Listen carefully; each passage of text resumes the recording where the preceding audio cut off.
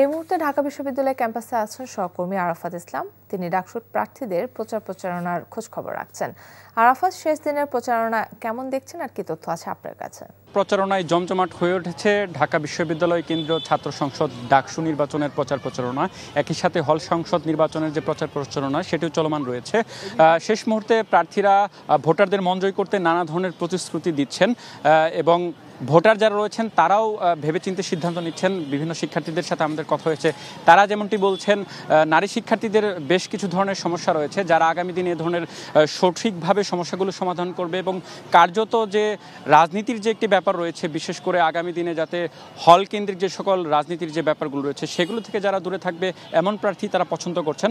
অপরদিকে আজকে যদি বলি, প্রচারণার শুরুর দিকে আমরা সকালের দিকে কিছুক্ষণ আগে দেখতে পেয়েছি শিবির সমর্থিত যে প্রার্থী রয়েছেন সাদিক কায়েম, তিনি প্রচারণার এক পর্বে সাংবাদিকদের সাথে কথা বলেছেন এবং তিনি যেমনটি অভিযোগ করছিলেন যে তাদের প্রচারণা এবং প্রার্থীদের বিরুদ্ধে বিভিন্ন ধরনের প্রপাগান্ডা ছড়ানো হচ্ছে এবং এগুলো নির্বাচন কমিশন বরাবর লিখিত অভিযোগ দেয়া হলেও কিন্তু এখন পর্যন্ত ব্যবস্থা নেওয়া হয়নি বলে তিনি অভিযোগ করছেন এবং তিনি শঙ্কা প্রকাশ করছেন যে নির্বাচনের যে সুষ্ঠু পরিবেশ এবং শান্তিপূর্ণভাবে নির্বাচন অনুষ্ঠিত হবে কিনা সেটি নিয়ে শঙ্কা প্রকাশ করলেও তিনি জয়ের ব্যাপারে পূর্ণ আশাবাদ ব্যক্ত করেছেন।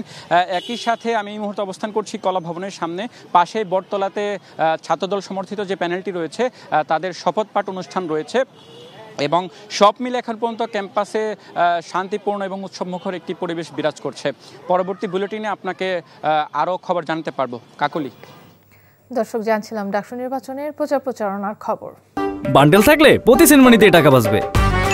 বিকাশ সেনমানি বান্ডেল কিনে জিতুন প্রতি লেনদেনে।